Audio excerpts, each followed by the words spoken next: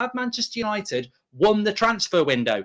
I feel weird saying this, I've got to say, because I would rank Manchester United's transfer window as probably a 4 out of 10. The chaos, you'd have to be a United fan to know it and consume it. To chase Frenkie de Jong all summer and sit back and do nothing else, and then not get de Jong, and then bid for Rabiot, and then bid for Arnautovic, and then spend £60 million on Casemiro and €100 million on Antony. It's just chaos. It's pure chaos. And as I said, I think if Sir Jim Ratcliffe wasn't mentioning buying Manchester United, the Glazers would have kept digging around people like Arnautovic and Rabiot on the cheap. But suddenly they get a bit of pressure, and suddenly it's like the aunt who says they've got no money and then they pull out $1 million from under their bed. It's the Glazers, 150 million. There you go. We want to stay in charge. But when you look at Manchester United's transfer window, and at the start of the Transfer Hub run that we've done on talkSPORT over the last few weeks, I spoke about how Spurs, in my opinion, had won the transfer window. And somebody called in and said, what does that mean? What does that mean, winning the transfer window? And it means, well, you look at everybody's collective business and you say, they've bought the best. I think Spurs have had a good transfer window. Look at the impact of Richarlison today, off the bench, gets a couple of people booked, gets the assist for Harry Kane. They've bought a few players in. They've got 10 points from 12. I don't think Spurs fans would sit there and say, we've had a bad transfer window. But look at the quality of player that Manchester United have brought in. As much as I feel it's been chaotic, Paul Pogba's walked out the door for nothing, £40 million. Lingard walked out the door for nothing, £25 million. That's £65 million walking out the door for nothing for Manchester United. We've not sold anybody. We've still retained people like Phil Jones, Brandon Williams, Axel Tuanzebe, Aaron Wan-Bissaka. We've only sold one player. As I said about Frenkie de Jong, it's just been chaos. But look at the players they've brought in. Christian Eriksen's a very good player. Malacia has taken Luke Shaw's spot. Martinez, very, very good player. And I think he'll get better. Casemiro, one of the best centre defensive midfielders in the world. And then Antony, one of the most exciting left-footed wide players in European football. 5 players that, when you judge them, if that had been the plan in May and we'd got them in by the end of June, I think I'd probably be giving Man United maybe 8 or 9 out of 10. If we hadn't spent 100 million euros for Antony when he's probably worth about 70 million euros. Casemiro would have been a bit nicer, cheaper. Martinez we overpaid for. But collectively, I think it's been you can't argue with the players, but when you scratch the surface, it's been chaotic for Manchester United.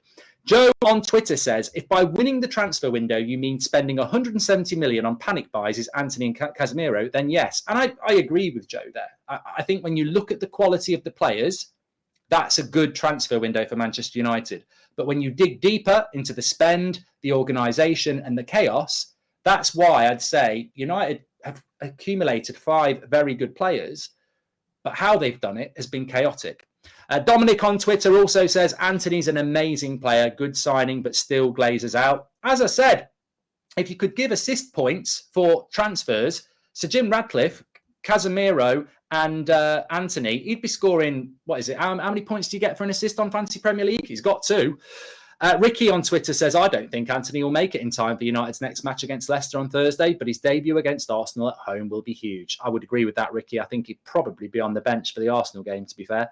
Jake, the United fan on the text, says, it's really hard to look at this window in a positive light after that fiasco. That is the ownership, the incompetence and embarrassment of seeing the senior leadership in Barcelona when trying to sign de Jong. Where is he? And why is he choosing to stay on the bench rather than joining his own club? We are a joke. Yes, and I think Joke's referring there to Manchester United's director of football, John Murta?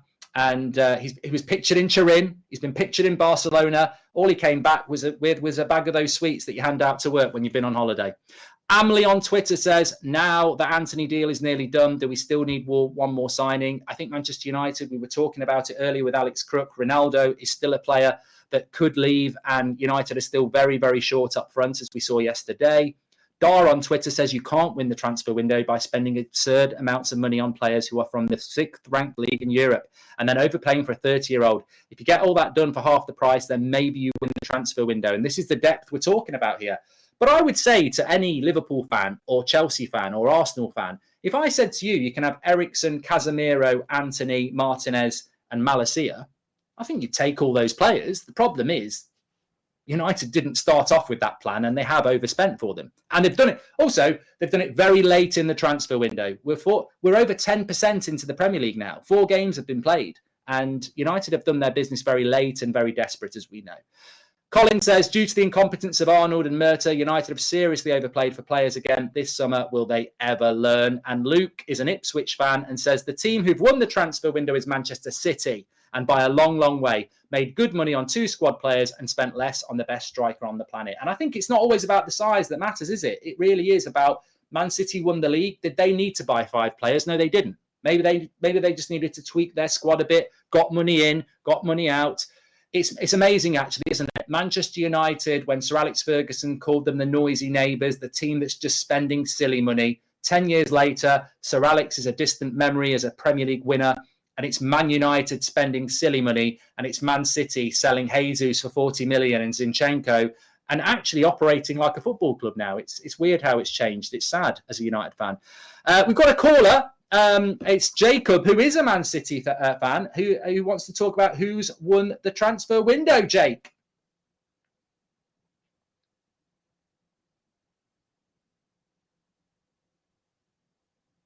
Jacob, can you hear me?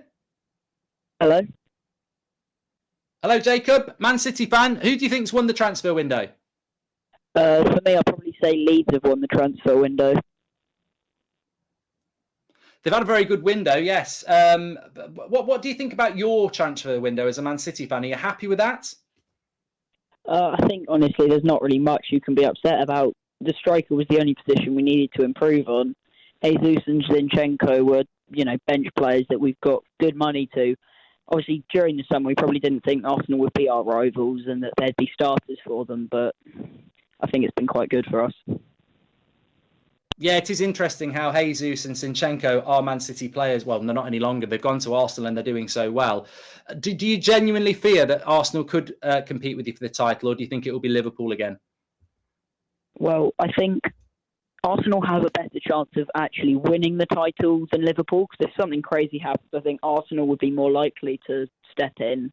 But I think if it comes to Liverpool or Arsenal for second or third, I think at the end of the season, if it becomes just a normal season, I think Liverpool will manage to beat them across the whole season. Interesting. Thanks for calling in, Jacob. Sorry for the issue at the start there. Where's James Garner, says FPL John. I'm just looking through the live YouTube chats here. I think James Garner will probably end up leaving Manchester United, but Man City go and get Haaland for 51 million, says Spacebar.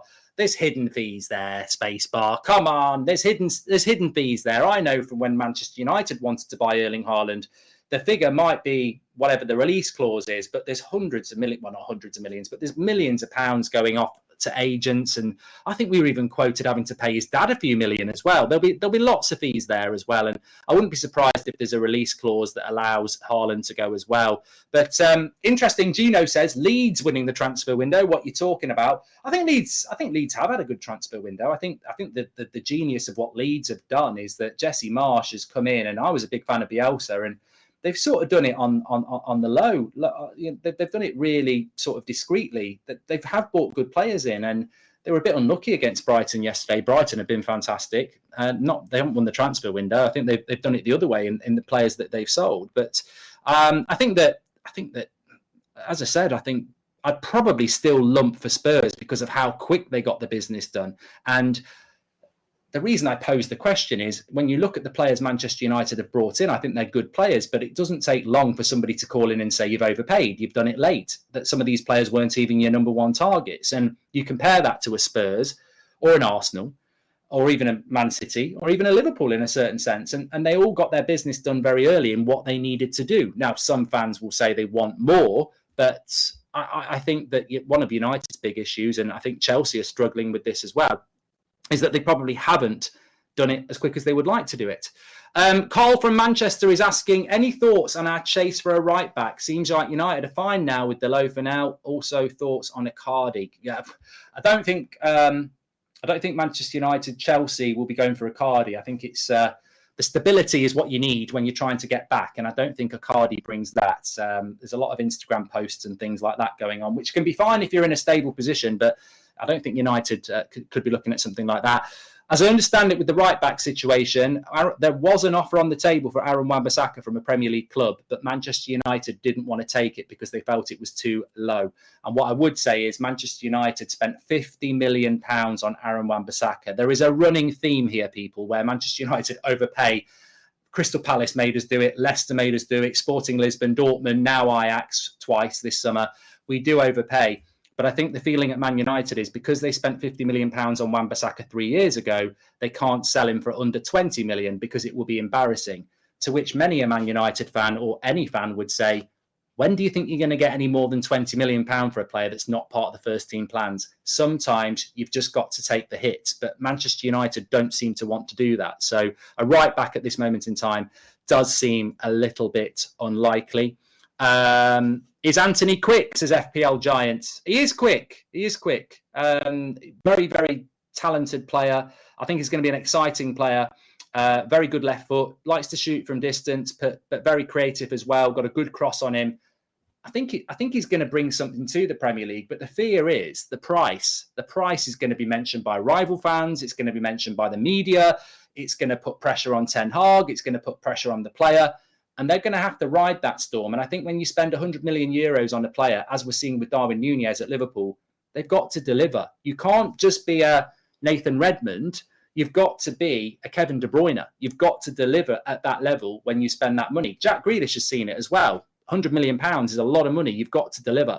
Dev on Twitter says, Mark, who would be your front three when Anthony joins? Anthony off the right with his left foot. Sancho off the left with his, left foot for Anthony. Sancho off the left.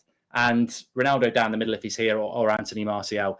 Obviously, you've got people like Rashford then who can provide good quality backup.